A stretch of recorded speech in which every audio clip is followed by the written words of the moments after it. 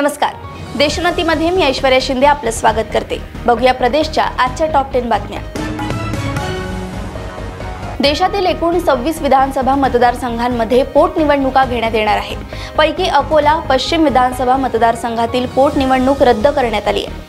अकोलेकरांचा हक्काचा माणूस अशी ओळख असलेले माजी राज्यमंत्री तथा विधानसभेत 6 वेळा अकोल्याचे प्रतिनिधित्व केलेले आमदार गोवर्धन शर्मा यांचे काही महिन्यांपूर्वी निधन झाले होते। तेव्हापासून अकोला पश्चिम विधानसभा मतदारसंघ रिक्त होता। या जागेसाठी लोकसभा निवडणुकीच्या मतदानाच्या दुसऱ्या टप्प्यावेळी म्हणजेच 26 एप्रिल रोजी मतदान पार पडणार होते।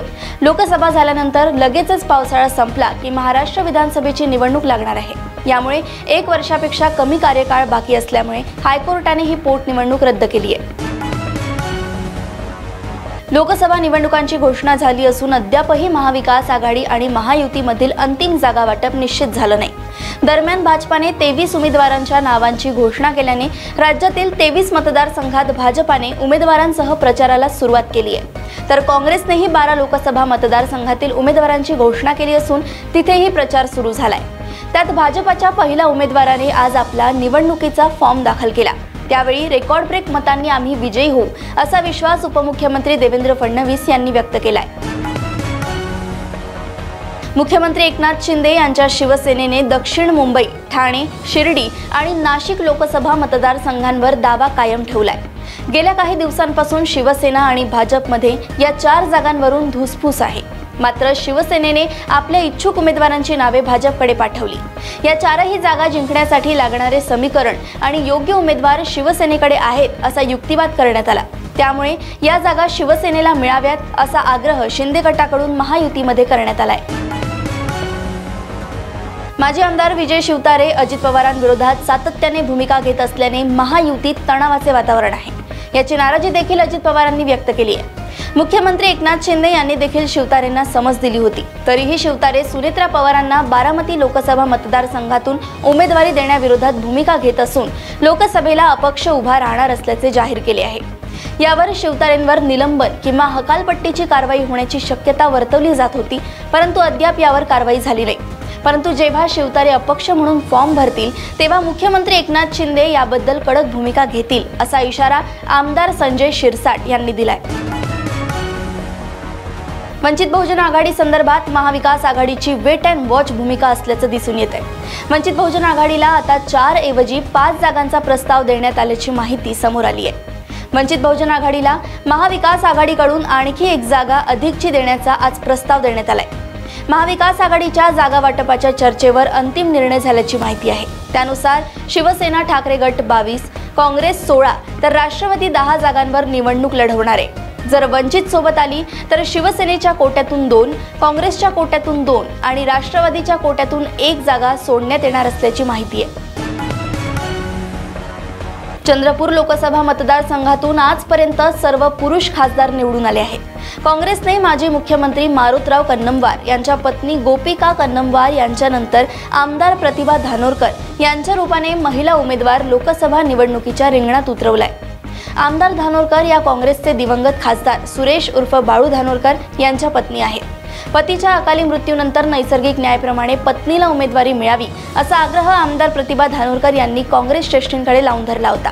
त्यानंतरच त्यांना उमेदवारी मिळाली आहे। मात्र आता त्यांची जबाबदारी वाढली असून पक्षाने दाखवलेला विश्वास खरा करून दाखवत त्यांना विजय संपादन करावा लागणार आहे।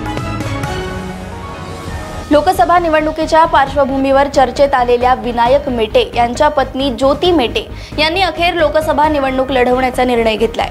यासाठी ज्योती मेटे यांनी शासकीय नोकरीचा राजीनामा दिला असून लोकसभा निवडणूक लढण्यावर ठाम असल्याची अधिकृत भूमिका त्यांनी आज स्पष्ट केली आहे। तसेच याबाबत आपण लवकरच आपली भूमिका जाहीर करणार असल्याचं देखील ज्योती मेटे यांनी सांगितलंय।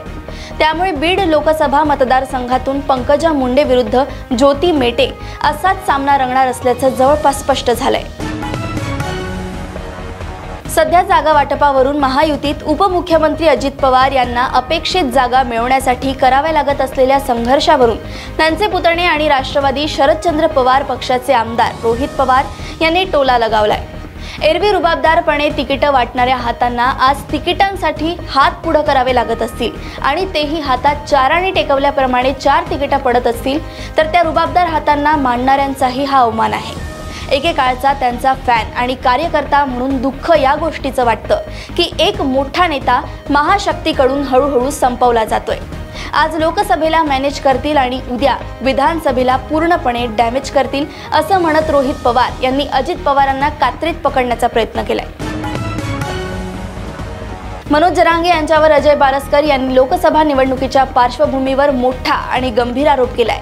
आंतरवाली सराटीत झालेल्या बैठकीत प्रत्येक मतदारसंघात एक मराठा उमेदवार अपक्ष उभा करण्याचा निर्णय झालाय। मात्र यासाठी मनोज जरांगे यांची महाविकास आघाडीसोबत मोठी डील झाली असल्याचा आरोप अजय बारस्करांनी केलाय। तसेच महाविकास आघाडीचा उमेदवार अडचणीत येईल अशा ठिकाणी मराठा उमेदवार उभं करू नये अशी देखील डील झाल्याचा आरोप बारस्करांनी मुंबईत बोलवलेल्या पत्रकार परिषदेत केलाय। लोकसभेसाठी सर्व पक्षांकडून उमेदवारांच्या घोषणा सुरू आहेत। छत्रपती संभाजीनगर लोकसभा मतदारसंघासाठी शिवसेनेचे ज्येष्ठ नेते चंद्रकांत खैरे यांच्या नावाची चर्चा सुरू आहे। या मतदारसंघात विरोधी पक्षनेते अंबादास दानवेही लोकसभेसाठी इच्छुक होते। यामुळे आता दानवे नाराज असल्याच्या चर्चा सुरू आहे। दानवे शिंदे गटात प्रवेश करणार असल्याचे बोललं जात आहे। यावर आता स्वतः अंबादास दानवे यांनी स्पष्टीकरण दिलंय। सत्ताधाऱ्यांकडून फोनवरून संपर्क साधण्याचा प्रयत्न सुरू असल्याचे बोललं जात आहे। यामुळे शिवसेना नेते अंबादास दानवे यांनी फोन बंद केल्याची माहिती आहे। दानवे सध्या कार्यकर्त्यांच्या भेटीगाठी घेत आहेत। आपण ठाकरे गट सोडून कुठेही जात नसल्याचे स्पष्टीकरण अंबादास दानवे यांनी दिले आहे। अशाच प्रदेशातील टॉप 10 बातम्या जाणून घेण्यासाठी बघत रहा देशोन्नती। आणि अजूनही तुम्ही आमच्या चॅनलला लाईक आणि सबस्क्राईब केलं नसेल तर लगेच लाईक आणि सबस्क्राईब करा आणि बघत रहा देशोन्नती। नमस्कार। ठळक घडामोडींसाठी देशोन्नती न्यूज चॅनलला सबस्क्राईब करा आणि बेल आयकॉन प्रेस करा।